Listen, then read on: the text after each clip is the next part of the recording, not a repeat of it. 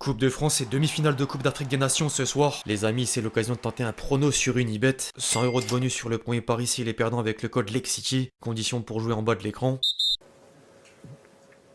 C'est juste... c'est les émotions en fait.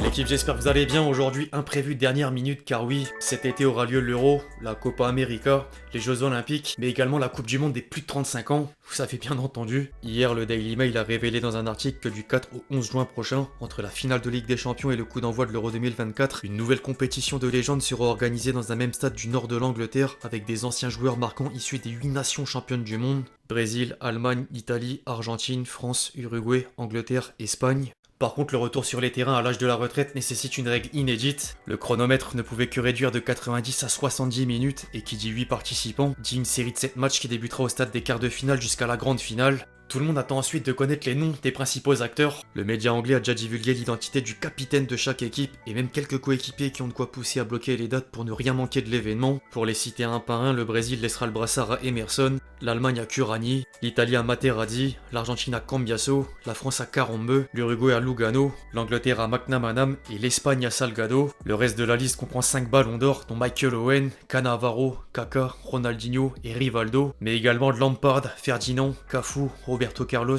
Thierry Henry, De Sailly, Mesut Ozil, Totti ou encore Diego Forlán.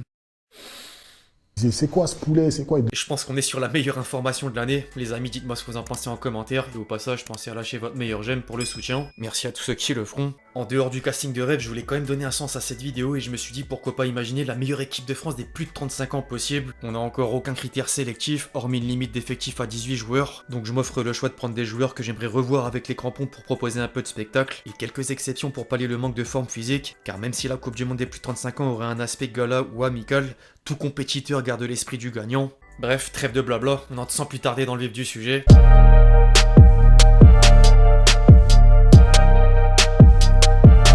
Ce que je viens de dire à l'instant fait déjà apparaître un premier dilemme pour le poste de gardien. Absolument personne ne serait contre voir notre légendaire Fabien Barthez renfiler les gants. Carrière phénoménale tant en club qu'en sélection. Vainqueur de la Ligue des Champions avec l'OM en 93. Champion de France avec Monaco en 97 puis en 2000. Champion du monde avec l'équipe de France en 98 puis champion d'Europe en 2000. Sans oublier le passage à Manchester United entre 2000 et 2004. Le truc c'est que plusieurs questions méritent d'être posées comme pour les autres éléments du 11. Concernant l'âge, d'une part, bon pour le coup il a 52 ans, c'est une année de moins que Carambeu qui est déjà dans la liste. En revanche, acceptera-t-il une invitation potentielle? Ça, on sait pas. Ensuite, on peut évoquer la disponibilité sur le moment. A priori, le divin chauve est libre à l'heure actuelle. Après un poste de consultant pour TF1 entre 2010 et 2012, l'accomplissement d'une passion pour le sport automobile de 2008 à 2016, et un retour dans le foot pour prendre un rôle dans le staff technique du TFC. En parlant de disponibilité, on peut s'interroger de la même manière pour l'autre nom que j'ai en tête, et vous savez de qui je parle. Hugo Lloris, évidemment. Un an en arrière, l'ancien capitaine des Bleus suivait Varane vers la retraite internationale, avant de quitter Tottenham quelques mois plus tard pour rejoindre la MLS et Los Angeles FC.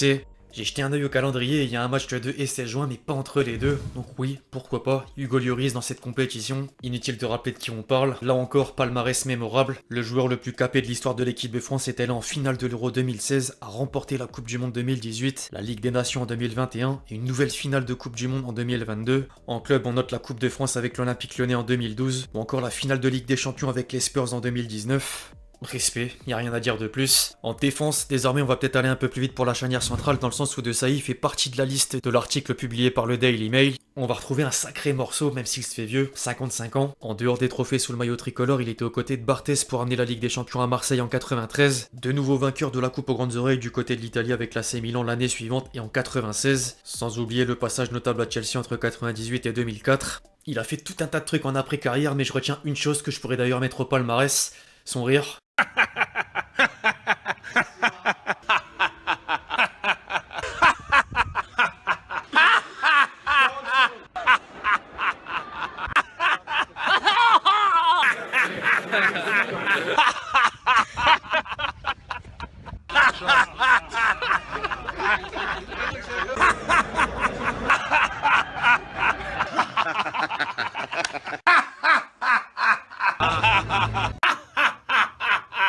masterclass. Plus sérieusement, pour revenir à nos moutons et pour faire la paire, j'ai tranché pour Lilian Thuram, 52 ans, un peu plus jeune que le précédent et beaucoup plus que Laurent Blanc, celui que certains auraient voulu entendre j'imagine. Lolo White a néanmoins du temps libre pour lui depuis le départ de Lyon en début de saison suite à une série de résultats négatifs. Il y a peut-être une autre solution pour notre composition d'équipe, on verra dans quelques secondes. Avant, je pense que sur le côté gauche, Lizarazu fait l'unanimité. On le voit sur TF1 dans Téléfoot ou aux commentaires des matchs de l'équipe de France, il garde la forme. Il y a de quoi voir quelques va-et-vient le long de la ligne de touche de celui qui a absolument tout pété avec le Bayern. Sans oublier le côté international où jusque-là j'ai cité tout, sauf les 2 coupes des confédérations en 2001 et 2003, compétition qui a disparu en 2017. Si jamais il refuse, on pourra tenter 2 autres profils que sont Eric Abidal et Patrice Evra. Le premier à 44 ans, le second 2 années de moins, il pourrait offrir une solution, même si la présence de Lizarazu serait préférable.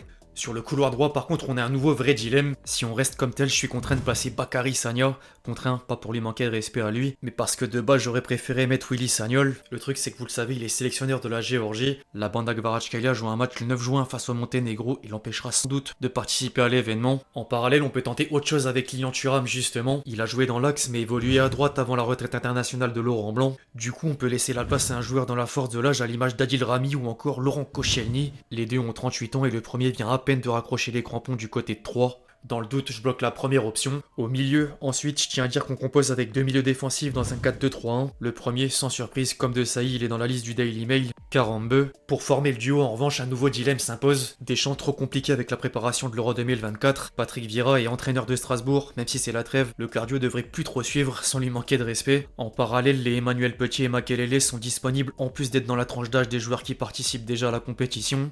Or, j'ai fait un autre choix, un peu comme précédemment avec le secteur défensif. J'ai décidé de sélectionner un certain Blaise Matuidi. Il n'a qu'un an de plus que la limite autorisée. L'intensité de Blaisou dans les efforts essoufflerait beaucoup d'anciens joueurs. Et on parle de quelqu'un qui aura presque toujours fait le boulot dans l'entrejeu. Au Paris Saint-Germain jusqu'à remporter 5 titres de champion de France, 3 coupes de France, 4 coupes de la Ligue. Du côté de l'Italie sous le maillot de la Juventus avec 3 Scudetto. Sans oublier la décennie en équipe de France jusqu'à la gloire. Qui se souvient quand Deschamps le mettait milieu offensif gauche ou ailier gauche lors du mondial 2018 ?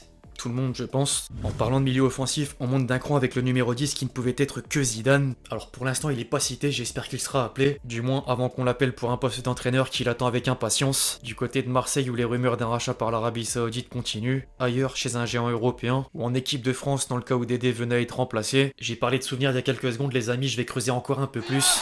Vas-y mon petit. À droite, j'ai nommé Franck Ribéry. Ça, quel plaisir. On reverrait le tandem de la Coupe du Monde 2006, certes avec un dénouement cruel, mais une épopée avec des performances individuelles comme collectives inoubliables. De l'autre côté, ensuite, j'avais 3 noms en tête. Le bon vieux Sylvain Wiltord, Florent Malouda, et ma préférence qui n'est autre que Robert Pires.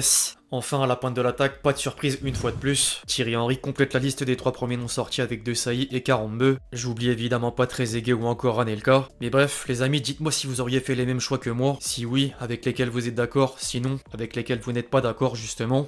Après, inutile de rappeler que ça restera bon enfant, les joueurs ont plus de 35 ans. Bref, l'équipe c'est tout pour cette vidéo suite à l'annonce d'une Coupe du Monde avec d'anciens joueurs. J'espère qu'elle vous a plu, je compte sur vous si c'est le cas pour lâcher votre meilleur j'aime.